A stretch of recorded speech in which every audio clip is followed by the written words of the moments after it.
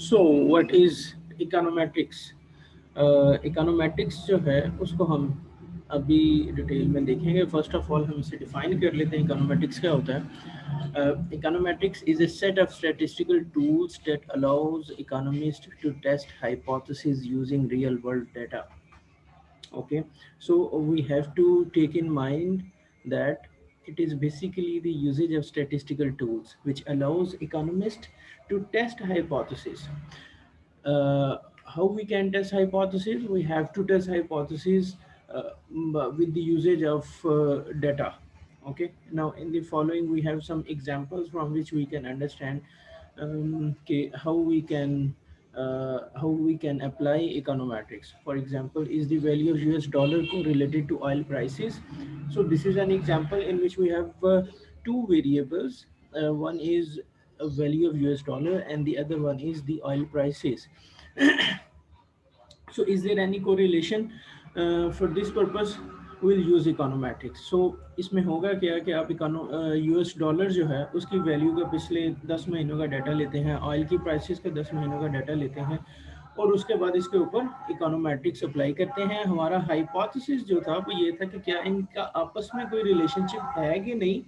तो correlation is a statistical technique which we are applying on our data of US dollar and oil prices.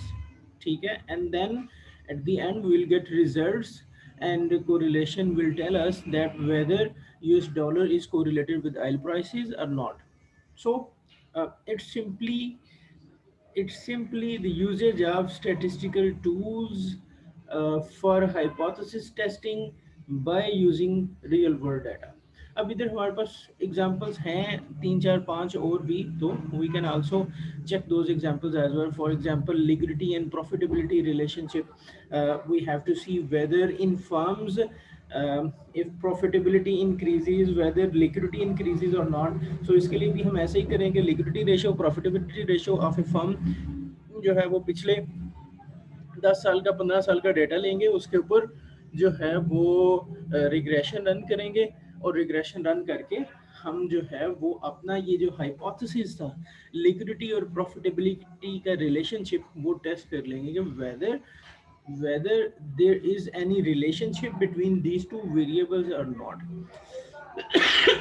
इसी तरह से physical policy really effective, तो then we have to see the budget data of past 10 years, and we have to see whether budgetary measures are working in our economy or not. तो उसका पता कैसे चलेगा अगर आपका जीडीपी ग्रोथ रेट जो है वो बढ़ रहा है, अगर मैक्रो इंडिकेटर्स जो है वो अच्छे हो रहे हैं तो देन फिजिकल पॉलिसी जो है वो आपकी इफेक्टिव है, otherwise it is ineffective. And then we have exchange rate dependence on speculation, or we have some fundamentals. So speculation जो है एक्सचेंज रेट स्पेकुलेशन पे बेस कर रहा है, ये फंडामेंटल्स पे बेस कर रहा है। सो इसको भी आप चेक कर सकते हैं। स्पेकुलेशन क्या होता है कि स्पेकुलेशन इज लाइक कि लोग जो हैं वो बगैर किसी इंफॉर्मेशन के, बगैर फंडामेंटल्स को जाने किसी सिक्योरिटी में ये सोच के इन्वेस्ट कर देते हैं कि दूसरे लोग भी इन्वेस्ट कर रहे हैं, तो इसे हम स्पेकुलेशन कहते हैं। So you are following other people and you don't know any basics of your investment, then that is basically speculation, and you're expecting कि price जो है वो बहुत ज़्यादा increase होगी, तो दिस इज स्पेकुलेशन। तो क्या ये एक्सचेंज रेट जो है वो स्पेकुलेशन पे बेस कर रहा होता है या रियली कुछ फंडामेंटल्स होते हैं? तो इसके लिए भी हम सिंपली मार्केट से डाटा उठाएंगे, रियल वर्ल्ड डाटा जो है वो उठाएंगे और उसके साथ फिर इन्वेस्टर्स का इन्वेस्टमेंट सिनेरियो जो है वो देखेंगे, उनकी पोजीशंस देखेंगे, ठीक हो गया, और उसके बाद उनकी नॉलेज स्टेटस जो है वो देखेंगे और उसके बाद फिर हम फंडामेंटल्स जो है वो चेक करेंगे। सो ये सारे वेरिएबल्स जो हैं इनके ऊपर हम कोई स्टैटिस्टिकल टेक्निक अप्लाई करके इस हाइपोथेसिस को भी जज कर सकते हैं। And then we have determinants of growth in an economy. Economy के ग्रोथ का क्या रेसिपी है, दिस इज अनदर हाइपोथेसिस। और उसके लिए भी सिंपली लेट्स से आपको कुछ हाइपोथेसिस में बताया जाता है, सजेस्ट किया जाता है कि these may be the variables जिनसे इकोनॉमी जो है वो ग्रो करती है। तो आप उन सारे वेरिएबल्स को जो है वो इंडिपेंडेंट वेरिएबल्स के तौर पे लेके तो ग्रोथ के ऊपर आप रिग्रेस करोगे, एंड देन जो स्टैटिस्टिकल टेक्निक आपने रिग्रेशन रन की है उसके रिजल्ट्स जो हैं वो आपके हाइपोथेसिस को एक्सेप्ट करेंगे या रिजेक्ट करेंगे। Does growth in developed countries stimulate growth in developing countries? ठीक है, अगेन डेवलप्ड इकोनॉमीज और डेवलपिंग इकोनॉमीज जो है उनका ग्रोथ का डाटा जो है उनको लेके उसको रिग्रेस करेंगे और इस हाइपोथेसिस को टेस्ट कर लेंगे। So three basic things, if we conclude the definition of econometrics, then we have three basic things: that it is a set of statistical tools, and we have to test hypotheses. And how we can check the hypothesis? We can check the hypothesis by using simply real world data. So this is econometrics. And then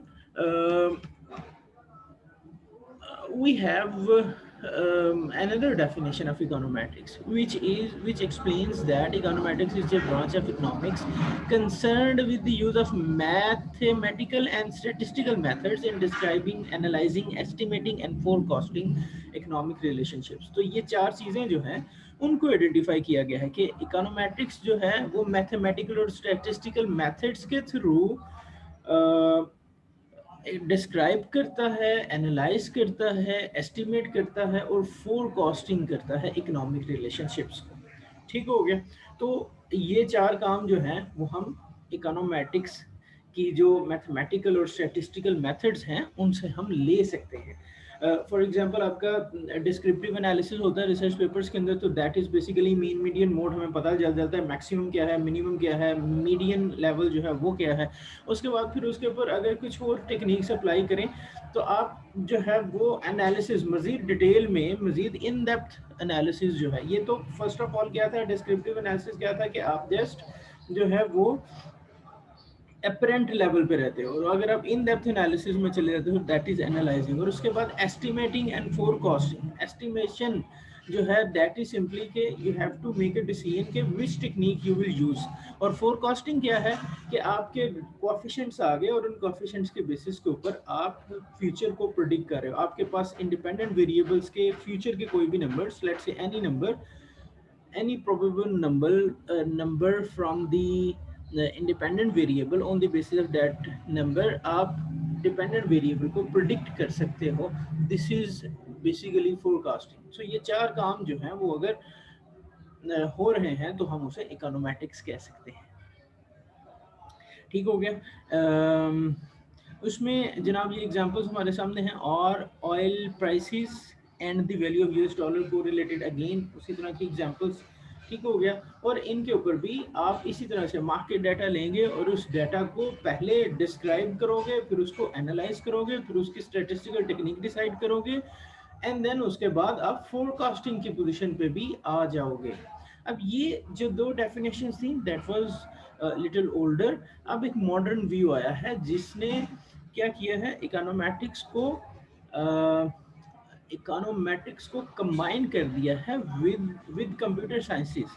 ठीक हो गया? अब the thing is कि it was this subject only for economist, but now it is purely the subject which many disciplines, which researchers of many disciplines can use। आप medical sciences में, आप engineering के अंदर, आप इवन सोशल साइंसेज के अंदर जो है वो इकोनोमेट्रिक्स को अप्लाई कर सकते हैं। So now the new and modern definition of econometrics is no more limited to testing, analyzing, estimating economic theory, whereas econometrics is used now in many subjects and disciplines like finance, marketing, management, sociology, etc. We have lots of subjects, and econometrics is the application of mathematics, statistical methods, and more recently computer sciences.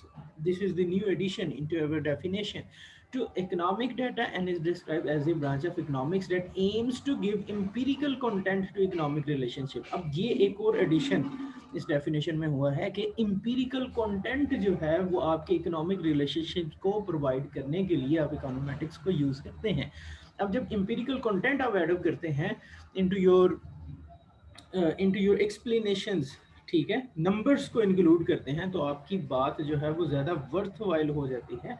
No you can not से कि I believe कि ये relationship ऐसे है। No, you simply have to say कि real world market data, what has happened in the past उसकी basis के ऊपर आप जो है कह सकते हो कि ये रिलेशनशिप जो है वो इस तरह से एग्जिस्ट कर रहा है, पॉजिटिव है, नेगेटिव है, स्ट्रॉन्ग है, वीक है। सो ये सारी चीज़ें जो हैं उनको एक स्ट्रेंथ मिल जाती है when you add empirical content into this thing. So this is the new addition into a definition. So अगर आप मॉडर्न डेफिनेशन में देखें तो we have two additions. First one is कि कंप्यूटर साइंसेज के एडिशन की वजह से इकोनॉमेटिक्स जो है वो काफ़ी सारे डिसिप्लिन के अंदर यूज़ होना शुरू हो गया, जबकि पहले सिर्फ ये इकोनॉमिस्ट जो थे वो यूज़ किया करते थे। एंड सेकेंड थिंग इज कि इकोनॉमेटिक्स जो है वो इम्पीरिकल कंटेंट प्रोवाइड करता है इकोनॉमिक रिलेशनशिप्स को, ठीक है, और वो इम्पीरिकल कंटेंट जो है वो स्ट्रेंथ क्रिएट करता है आपके आर्गुमेंट में, वो उसको उसको रिलायबल बना देता है आपके आर्गुमेंट को। So, in front of you, we have this image, और इस image में simply ये पिछली जो modern definition है उसको जो है वो थोड़ा diagrammatic form में present किया गया है. So, what is it? Basically, mathematical and statistical tools like calculus, regression analysis, and lots of other models, and then we will add these models with computer sciences. So computer sciences softwares are present like इसमें Stata, SPSS, eViews, and Vivo, Excel, ठीक है। We have lots of softwares जिनकी basis के ऊपर आप इन mathematical tools को apply कर सकते हैं और आप थ्योरी को टेस्ट कर सकते हैं या थ्योरी बिल्डिंग कर सकते हैं। ये दोनों काम जो है वो आप सॉफ्टवेयर्स के थ्रू जो है वो कर सकते हैं, विच इज़ बेसिकली इकोनॉमेटिक्स। और कंप्यूटर साइंसेस के आने की वजह से क्या हुआ कि इकोनॉमेटिक्स जो है वो वाइडर सब्जेक्ट हो गया, और अब ये रिसर्च जिस जिस फील्ड में हो रही है ऑलमोस्ट हर उस फील्ड के अंदर जो है ये सब्जेक्ट अब एप्लीकेबल है।